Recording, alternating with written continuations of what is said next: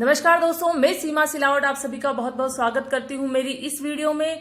दोस्तों, पिछली मेरी जितनी भी वीडियो थी वो सारी थी एस्ट्रोलॉजी के ऊपर, ज्योतिष शास्त्र के ऊपर और ज्योतिष के बेसिक नॉलेज के ऊपर। लेकिन आज की ये जो मेरी वीडियो है वो पिछली सारी वीडियो से बहुत ज्यादा इंटरेस्टिंग है और बहुत ज्यादा नॉलेज वाली भी है। क्योंकि ये जो आज की मेरी वीडियो है वो है आप कुंडली बनाना और देखना कैसे सीखें। दोस्तों, जो भी व्यक्ति ज्योतिष शास्त्र में विश्वास रखता है या ज्योतिष बनना चाहता है, ज्योतिष विद्या को सीखना चाहता है, तो उसके लिए ये वीडियो बहुत हेल्पफुल रहेगी। इसलिए आप मेरी इस वीडियो को पूरा जरूर देखें। कुंडली बनाना और देखना कैसे सीखें। बिना लग्न कुंडली को देखे या बिना लग्न कुंडली की स्टडी किए आप ज्योतिष विद्या में महारत हासिल नहीं कर सकते हैं। दोस्तों, कई बार हम देखते हैं कि किसी व्यक्ति में बहुत काबिलियत होती है, वो बहुत मेहनत भी करता है, लेकिन उसको जीवन में बहुत संघर्ष करना पड़ता है अपने एम को पाने के लिए, अपने जीवन में अपने उद्देश्यों, अपने सपनों को पूरा करने के लिए। और कई बार हम देखते हैं कि किसी व्यक्ति में उसको कोई एफर्ट नहीं लगाना पड़ता है, कोई कोशिश नहीं करनी पड़ती है और कोई संघर्ष नहीं करना पड़ता है, उसमें इतनी काबिलियत भी नहीं होती है, फिर भी उसके सपने पूरे हो जाते हैं। कई बार हम देखते हैं कि एक रोड छाप व्यक्ति भी चमकता हुआ आसमान का सितारा बन जाता है। और कई बार हम देखते हैं कि बहुत सारे कोई बड़े बड़े सक्सेसफुल बिजनेसमैन हो गए या कोई भी सक्सेसफुल व्यक्ति हो गया, वो भी रातों रात रोड पे आ जाता है। तो क्या कारण है इनके पीछे? उनके पीछे कारण है ग्रह नक्षत्र। कुंडली में कोई ऐसा योग बनता है, ऐसा संयोग बनता है, ग्रहों की ऐसी युति बनती है कि उस व्यक्ति के साथ में ये सारी घटनाएं घटती हैं। लेकिन मैं ये नहीं कहती हूं यहाँ पर कि मेहनत नहीं करना चाहिए, क्योंकि कर्म का सबसे पहला रोल होता है, उसके बाद में ज्योतिष शास्त्र का होता है। लेकिन लग्न कुंडली को देखकर हमें एक गाइडलाइन मिल जाती है कि हमें इस लाइन में या इस फील्ड में, इस दिशा में हमें अपने एफर्ट्स लगाने चाहिए, जिससे कि हम अपनी लाइफ में बहुत जल्दी सक्सेसफुल बन सके। इसलिए कुंडली को देखना या कुंडली को समझना बहुत ज्यादा जरूरी है। तो चलिए आगे बढ़ते हैं इस वीडियो में। देखिए, सबसे पहले ये फॉर एग्जाम्पल हमारे सामने एक लग्न कुंडली है।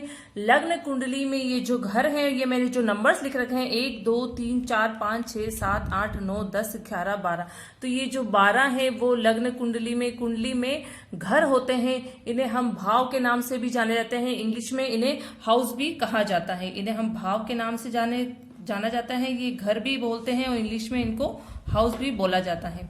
तो ये जो कुंडली में ये जो घर होते हैं वो स्थिर होते हैं। ये घर कभी भी चेंज नहीं होते हैं, कभी भी नहीं बदलते हैं। और कुंडली में जो ग्रह होते हैं वो होते हैं 9 ग्रह, और जो राशियां होती है वो होती है 12 राशियां। तो कुंडली में ये जो 12 घर होते हैं उसी में 12 राशियां ये बदलती रहती हैं व्यक्ति के जन्म के अनुसार, उनकी डेट ऑफ बर्थ टाइम के अनुसार। और ये जो 9 ग्रह हैं वो बदलते रहते हैं। लेकिन ये जो 12 घर होते हैं, 12 जो भाव कहे जाते हैं, जो 12 हाउस होते हैं, वो कभी भी चेंज नहीं होते हैं अकॉर्डिंग टू नॉर्थ इंडियन कुंडली के अनुसार। इस लग्न कुंडली में 12 राशियां होती हैं। तो सबसे पहले आपको ये सीखना बहुत ज्यादा जरूरी है, ये याद करना बहुत ज्यादा जरूरी है कि राशियां कौन कौन सी होती है। देखिए, सबसे जो पहली फर्स्ट वाली राशि होती है वो होती है मेष राशि। सेकंड वाली होती है वो होती है वृषभ राशि। तीसरी होती है मिथुन राशि। चौथी होती है कर्क। पांचवी होती है सिंह राशि। छठी होती है कन्या राशि। सातवीं तुला। आठवीं होती है वृश्चिक।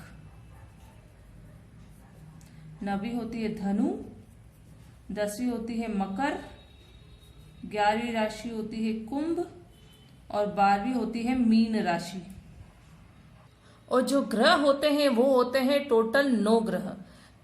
राहु केतु को इसमें नहीं गिने तो टोटल 7 ग्रह होते हैं, क्योंकि राहु केतु की अपनी कोई भी राशि नहीं होती है, ये सिर्फ छाया ग्रह होते हैं। तो जो 7 जो मेन जो हमारे ग्रह होते हैं उनको सभी को 2-2 राशियां मिली हुई है, सिर्फ एक कर्क मतलब चंद्रदेव को और सिंह में सूर्य देव को छोड़ के। तो यहाँ पर जो मेष राशि है उनके जो देवता है वो है मंगल देव। वृषभ के हैं शुक्र देव। मिथुन के हैं बुध देव।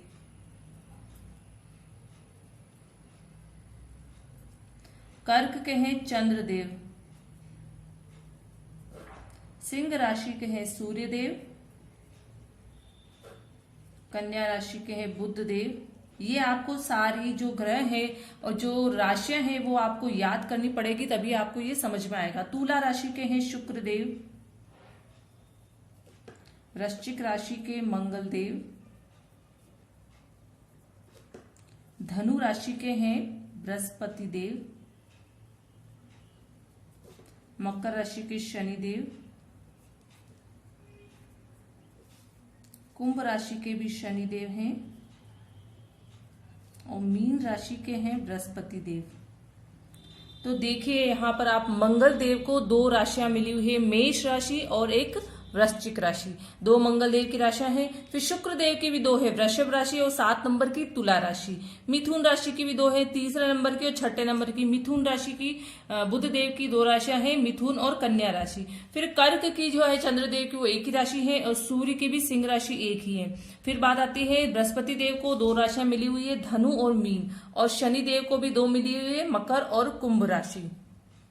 ये तो यहाँ बात हो गई ये जो 12 राशियां हैं और ग्रहों की। फिर हम बात करते हैं ये जो 12 भाव है कुंडली में वो कैसे देखे जाते हैं। देखिए ये जो फर्स्ट हाउस है इसमें लग्न देखते हैं, लग्न की डिग्री देखी जाती है, और ये पहला भाव है, पहला घर है, पहला हाउस है। तो पहले हाउस से हम अलग चीजें देखते हैं, दूसरे से अलग, ये सारी फिक्स होती है, ये कभी भी चेंज नहीं होती है। ये जो 9 ग्रह है ये इसमें चेंज होते रहते हैं और उसी घर के अकॉर्डिंग वो रिजल्ट देते हैं। तो यहाँ पर जो पहला घर है वो पहला घर किसका होता है, पहला जो घर है वो होता है लग्नेश।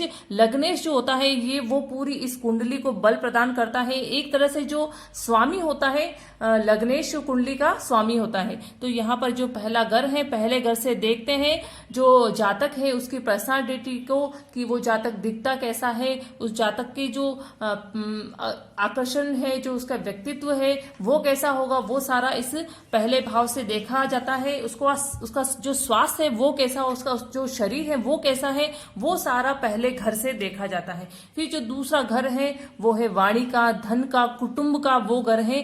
तो किसी व्यक्ति की वाणी कैसी है, उसको धन प्राप्ति होगी या नहीं होगी, या उसका जो कुटुंब है, उसका जो पूरा परिवार है वो कैसे है, तो उसके लिए दूसरा घर देखा जाता है। फिर बात आती है थर्ड हाउस की। थर्ड हाउस जो है वो कम्युनिकेशन का है, ये जो नेटवर्किंग एरिया है या मार्केटिंग एरिया है उसके लिए देखा जाता है। तीसरा जो घर है वो पराक्रम का घर भी है, उसके लिए भी ये देखा जाता है। मेहनत का घर है उसके लिए भी तीसरा घर देखा जाता है। चौथा घर है वो है मकान का, इसको माता का घर भी बोलते हैं। सुख सुविधाओं का, वाहन का, भौतिक जो भी सुख सुविधाएं जातक को मिलती है वो चौथे घर से देखी जाता है। और चौथा जो घर है वो माता का भी कारक घर होता है। पांचवा जो घर है उससे देखा जाता है हस्बैंड वाइफ की जो लव रिलेशनशिप है उससे देखा जाता है। पहली जो संतान है वो 5वें घर से देखी जाती है। धन और जो बुद्धि है वो भी 5वें घर से देखा जाता है।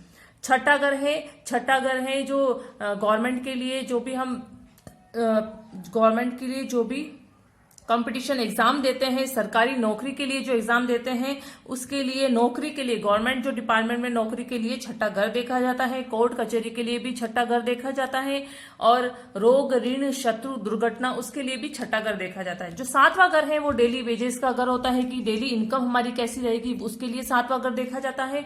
और 7वां घर जो होता है वो लाइफ पार्टनर का भी घर होता है। हमारा लाइफ पार्टनर कैसा होगा और उससे हमें कोई प्रॉब्लम होगी नहीं होगी, हमारी मैरिज लाइफ कैसे होगी, वो भी 7वें घर से देखी जाती है। और 7वां जो घर है वो पार्टनरशिप का भी होता है।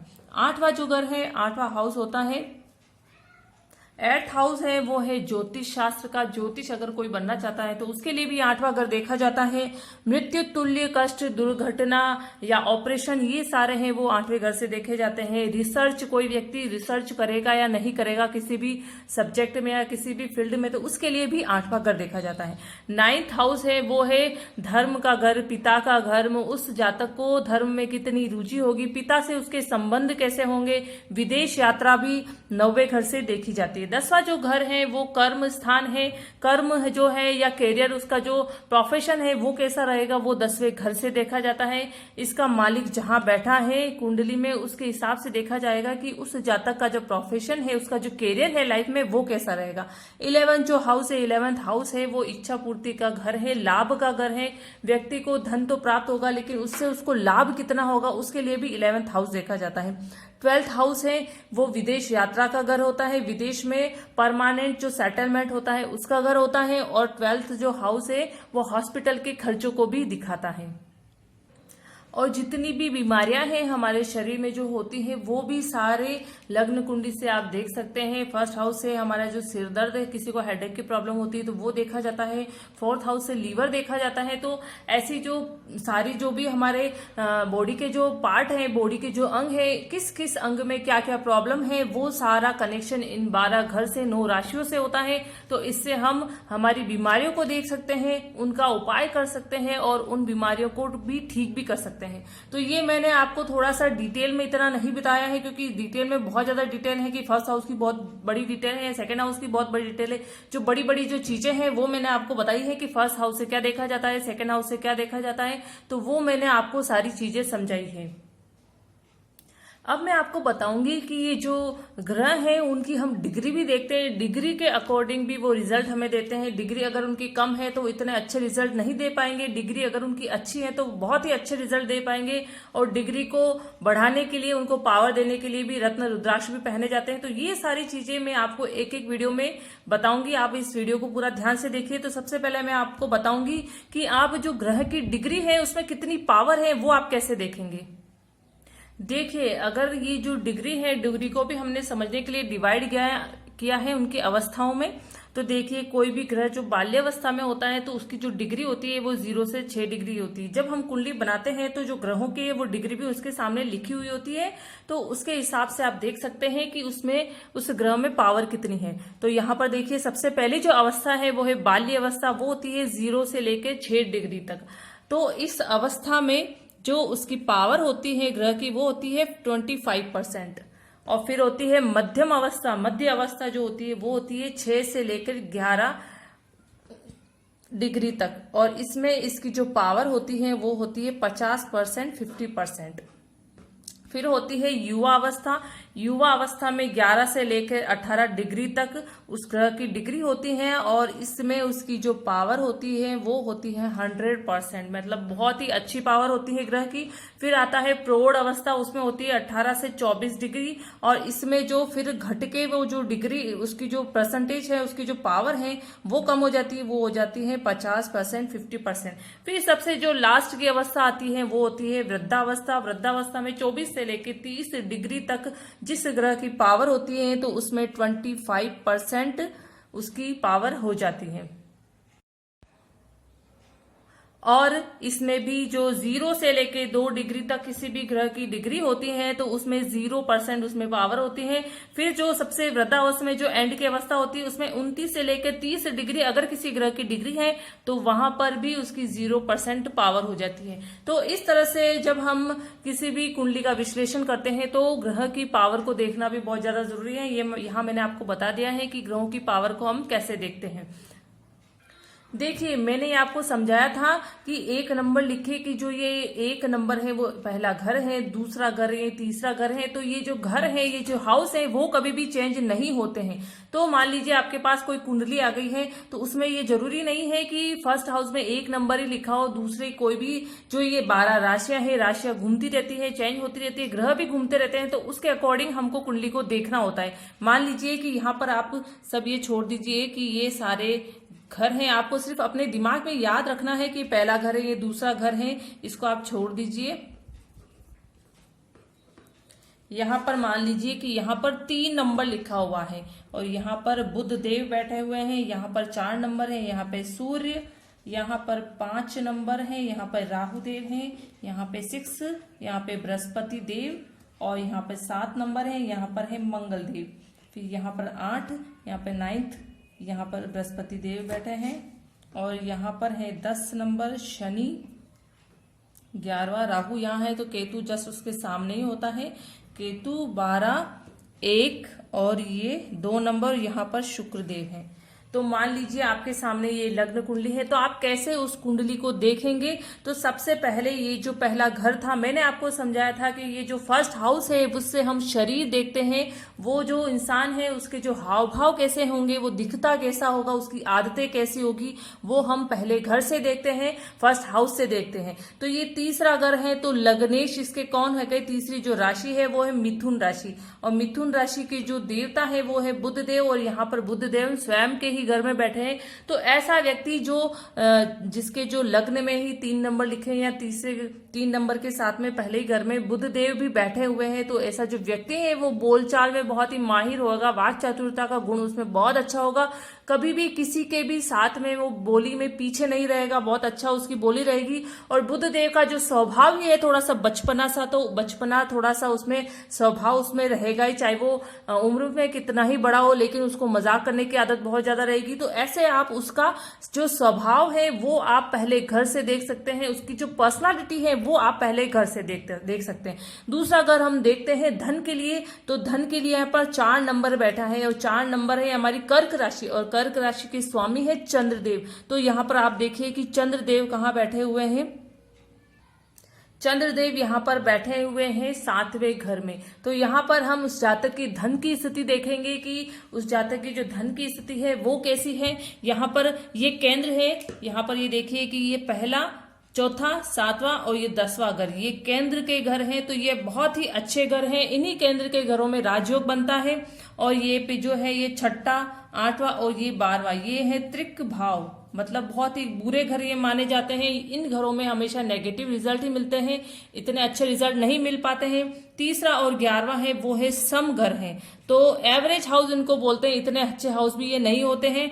और ये जो 5वां और ये 9वां है वो है त्रिकोण, तो ये घर भी केंद्र के समान ही बहुत ही अच्छे घर माने जाते हैं, बहुत ही अच्छे रिजल्ट देने वाले घर माने जाते हैं।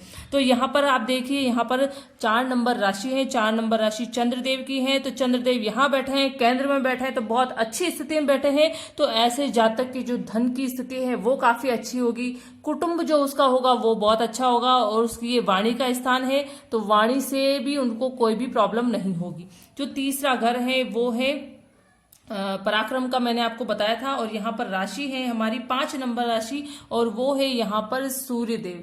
तो पराक्रम के मामले में भी वो जातक बहुत अच्छा होगा। और यहाँ पर राहु बैठे हैं, तो राहु तो वैसे भी पराक्रम के मामले में बहुत ही अच्छे रिजल्ट देते हैं, बहुत ही मेहनत करवाते हैं, लेकिन रिजल्ट उनके बहुत अच्छे मिलते हैं। तो ऐसा जो जातक है वो काफी मेहनत करने वाला होगा। और यहाँ पर आप देखिए चौथे घर में है यहाँ पर 6 नंबर राशि, और 6 नंबर राशि है बुध देव की। यहाँ पर देखिए कन्या राशि है, बुध देव को 2 राशियां मिली हुई है, मिथुन और कन्या राशि। तो यहाँ पर बुध देव बैठे हैं लग्न में। और ये चौथा जो घर है वो माता का घर होता है, सुख सुविधाओं का घर होता है, मकान वाहन के योग बनते हैं, प्रॉपर्टी का घर भी इससे देखते हैं। तो ये सारे, और इसका जो मालिक है, इस चौथे घर का मालिक जो है 6 नंबर और 6ठे घर के जो स्वामी है वो है बुध देव। तो बुध देव यहाँ केंद्र में ही बैठे हैं, लग्न में बैठे हैं, तो बहुत अच्छी स्थिति है। ऐसे जातक को अच्छी सुख सुविधाएं मिलेगी, माता का साथ, माता का सहयोग पूरा मिलेगा, मकान वाहन के अच्छे योग बनेंगे, कभी कोई प्रॉब्लम नहीं आएगी। और फिर अगर आप डिग्री देखिए कि डिग्री भी मान लीजिए यहाँ पर बुध देव की 15 डिग्री है, तो 15 मैंने आपको बताया था कि युवा अवस्था में आता है, 11 से 18 100% पावर रहती है। तो यहाँ पर बुध देव की पावर भी हो गई 100%। तो जब इस जातक की दशा अंतरदशा बुध देव की चलेगी, और वो अगर मकान बनाना चाहेगा तो बहुत ही अच्छा मकान बनेगा, आलीशान मकान बनेगा, कोई उसको प्रॉब्लम नहीं आएगी, जैसा वो चाहेगा वैसा वो मकान बनाएगा। प्रॉपर्टी के भी बहुत अच्छे योग बनेंगे, जितनी भी मूलभूत सुविधाएं इंसान चाहता है वो सारी उसको मिलेगी। 5वां जो घर होता है वो है संतान का, फर्स्ट संतान का, और हस्बैंड वाइफ के लव अफेयर या जो लव रिलेशनशिप होते हैं वो भी इसी से देखे जाते हैं। धन और बुद्धि, बच्चों की बुद्धि देखी जाती है कि वो पढ़ाई में कैसा रहेगा, तो वो भी 5वें घर से ही देखा जाता है। और 5वें घर में राशि है 7 नंबर। 7 नंबर आप यहाँ पे देखिए तुला राशि है, और राशि स्वामी है शुक्रदेव। तो शुक्रदेव यहाँ बैठे हैं त्रिक भाव में। तो यहाँ पर कुछ प्रॉब्लम हो सकती है, या तो हो सकता है पहली संतान में, धन और बुद्धि में प्रॉब्लम हो सकती है, हस्बैंड वाइफ के रिलेशन में प्रॉब्लम हो सकती है, क्योंकि ये त्रिक भाव है। त्रिक भाव में जब भी कोई ग्रह बैठता है तो उसके रिजल्ट अच्छे नहीं मिलते हैं। फिर बात करते हैं हम छठे हाउस से रोग, ऋण, शत्रु, दुर्घटना, नौकरी, सरकारी नौकरी के ये योग देखे जाते हैं। यहाँ पर राशि है 8 नंबर की राशि यहाँ पर देखिए वृश्चिक राशि है, और वृश्चिक राशि के जो स्वामी देव हैं वो है मंगल देव, और मंगल देव यहाँ पे बैठे हैं 5th हाउस में, तो ये अच्छी स्थिति में बैठे हैं। फिर आप उसकी डिग्री देख लीजिए कि डिग्री कैसी है, तो डिग्री वाइज ही वो रिजल्ट देंगे। फिर बात करते हैं हम 7वें घर की। 7वां घर होता है मैरिज के लिए देखा जाता है, मतलब जो लाइफ पार्टनर है उसके लिए देखा जाता है, डेली वेजेस के लिए देखा जाता है, पार्टनरशिप में अगर आप बिजनेस करना चाहते हैं तो उसके लिए भी 7वां घर देखा जाता है। 7वें घर में है 9 नंबर की राशि, और वो है धनु राशि। यहाँ पर देखिए धनु राशि, धनु राशि के जो स्वामी है, राशि स्वामी, वो है बृहस्पति देव। बृहस्पति देव यहाँ केंद्र में ही बैठे हैं, ये इस घर का मालिक यहाँ बैठा है। तो ऐसे जो जातक हैं उनकी मैरिज लाइफ में जो लाइफ पार्टनर से है संबंधित कोई परेशानी नहीं होगी, मैरिज लाइफ अच्छी होगी, और जो डेली वेजेस है, रोजमर्रा की जो इनकम है वो भी अच्छी होगी, उसमें भी कभी कोई समस्या नहीं आएगी। और ऐसा व्यक्ति अगर पार्टनरशिप में बिजनेस करना चाहता है तो उसमें भी उसको कोई प्रॉब्लम नहीं आएगी। फिर बात करते हैं हम यहाँ पर 8वें घर की। 8वां घर मैंने आपको बताया था ज्योतिष का होता है, रिसर्च का होता है, मृत्यु तुल्य कष्ट का होता है, ऑपरेशन के लिए भी देखा जाता है, ये सारा है। ये वैसे बहुत ही बुरा घर माना जाता है ये, लेकिन रिसर्च अगर कोई इस घर में अगर कोई करता है कोई जातक, तो उससे बहुत अच्छे रिजल्ट मिलते हैं। तो यहाँ पर देखिए 10 नंबर की राशि है वो है मकर राशि, और इसके राशि स्वामी है शनिदेव। तो शनिदेव यहाँ स्वयं के घर में ही बैठे हैं। तो जब कोई भी ग्रह है वो स्वयं की राशि में बैठ जाता है तो वो सम हो जाता है। स्वयं के घर में बैठा है तो कोई भी ग्रह स्वयं के घर को, खुद के घर को खराब नहीं करता है, तो ये यहाँ पर इतने बुरे रिजल्ट नहीं देगा। इस घर से जो अच्छे परिणाम है, जैसे मैंने आपको बताया कि ज्योतिष है, रिसर्च है, उससे रिलेटेड अगर जातक काम करता है तो उसको इस घर से भी लाभ ही होगा, नेगेटिव रिजल्ट कम मिलेंगे। फिर बात करते हैं हम 9th हाउस की। 9th हाउस होता है धर्म का, पिता के लिए हम देखते हैं, और उच्च शिक्षा के लिए भी ये घर देखा जाता है। अगर आप उच्च शिक्षा लेना चाहते हैं, ग्रेजुएशन के बाद में और आगे पढ़ाई करना चाहते हैं, या फॉरेन में जाके, विदेश में जाके अपनी उच्च शिक्षा प्राप्त करना चाहते हैं, तो उसके लिए भी 9वां घर 9th हाउस देखा जाता है। और इसके स्वामी जो है वो है, यहाँ पर राशि है 11 नंबर, और 11 नंबर की राशि है कुंभ राशि, और कुंभ राशि के जो राशि स्वामी है शनिदेव। शनिदेव यहाँ खुद के ही घर में बैठे, 8वें घर में है, सम है, लेकिन इतनी अच्छी स्थिति नहीं है क्योंकि बहुत ही बुरा घर है। तो ऐसे व्यक्ति का जो उच्च शिक्षा अगर वो प्राप्त करना चाहता है तो उसमें थोड़ी प्रॉब्लम होगी। पिता से भी उसके रिलेशन है वो इतने अच्छे नहीं होंगे। विदेश यात्रा भी अगर वो करना चाहता है तो उसमें भी प्रॉब्लम होगी, क्योंकि इसका जो मालिक है वो अच्छी अवस्था में नहीं है। फिर बात करते हैं हम 10वें घर की। 10वां जो घर है वो है कर्म का घर, प्रोफेशन का, कैरियर के लिए ये घर देखा जाता है। तो इसमें जो नंबर राशि है वो है 12 नंबर की राशि, और 12वीं है राशि जो मीन राशि है, और मीन राशि के जो देवता है बृहस्पति देव। बृहस्पति देव स्वयं उठ के केंद्र में ही बैठे हैं 4th हाउस में, तो बहुत अच्छी स्थिति है। ऐसा व्यक्ति जो है वो बृहस्पति देव से रिलेटेड अगर बिजनेस करता है, और उसकी अगर डिग्री भी हम देख ले, अगर डिग्री भी अच्छे है, मान लीजिए 18 डिग्री है या 11 डिग्री है, तो बहुत अच्छी है, 100% पावर है। बृहस्पति देव से रिलेटेड अगर ये जातक बिजनेस करता है तो उसको बहुत ही ज्यादा लाभ होगा। फिर बात करते हैं हम 11वें घर की। 11वां घर जो है वो जो हमारा सोशल एरिया होता है, जो हमारी सोशल लाइफ होती है, उसको भी दर्शाता है 11वां घर। और ये जो छठा घर है वो त्रिक भाव है, और ये जो 11वां घर है ये भी सम है। तो ये भी छोटी मोटी बीमारियों का घर भी माना जाता है, इच्छा पूर्ति का घर भी माना जाता है, लाभ का घर भी माना जाता है। इसके स्वामी है यहाँ पर ये राशि है मंगल देव की, और मेष राशि यहाँ पर 1 नंबर राशि है, और 1 नंबर राशि मेष है, और मेष राशि के जो स्वामी है मंगल देव। मंगल देव बैठे हैं 5th हाउस में, तो बहुत अच्छी स्थिति है, त्रिकोण का घर मिला है इसको। तो यहाँ पर जो लाभ से रिलेटेड ऐसे जातक को कोई प्रॉब्लम नहीं होगी, धन से रिलेटेड कोई प्रॉब्लम नहीं होगी, जो भी उसकी इच्छा होगी वो भी जब अच्छे ग्रहों की दशा अंतरदशा चलेगी तो उसकी जो इच्छा है वो भी पूरी हो जाएगी। फिर बात करते हैं हम 12वें घर की।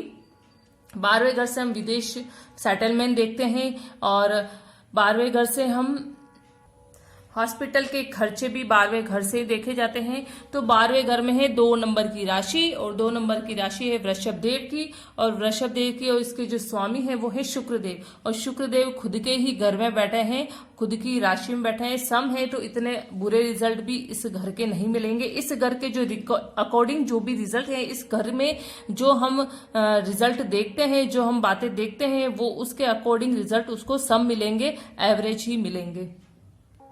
तो दोस्तों आपको ये बात थोड़ी बहुत समझ में आ गई होगी कि जो ग्रह हैं, जो 12 राशियां हैं और जो ग्रह हैं 9 ग्रह, वो चेंज होते रहते हैं। जो भाव हैं वो कभी भी चेंज नहीं होते हैं, वो अपने घर में स्थिर रहते हैं। जो राशियां हैं वो अपने स्थान बदलती रहती हैं, ग्रह है वो अपने स्थान बदलते रहते हैं और उसके अकॉर्डिंग ही कौन सा ग्रह कहाँ बैठा है, त्रिक भाव में बैठा है, केंद्र में बैठा है या त्रिकोण में बैठा है या सम घर में बैठा है, उसके अकॉर्डिंग हम रिजल्ट निकालते हैं। और मैंने आपको डिग्री या जो ग्रहों की जो पावर है वो कैसे देखी जाती है वो भी मैंने आपको समझा दिया है। और तो आज की जो इस वीडियो में इतना ही है, इतना आप थोड़ा समझ लेंगे तो वही बहुत है, क्योंकि मैं आगे और आगे बताऊंगी तो थोड़ा आपको भी कंफ्यूजन हो जाएगा, इतना अच्छे से समझ में नहीं आएगा।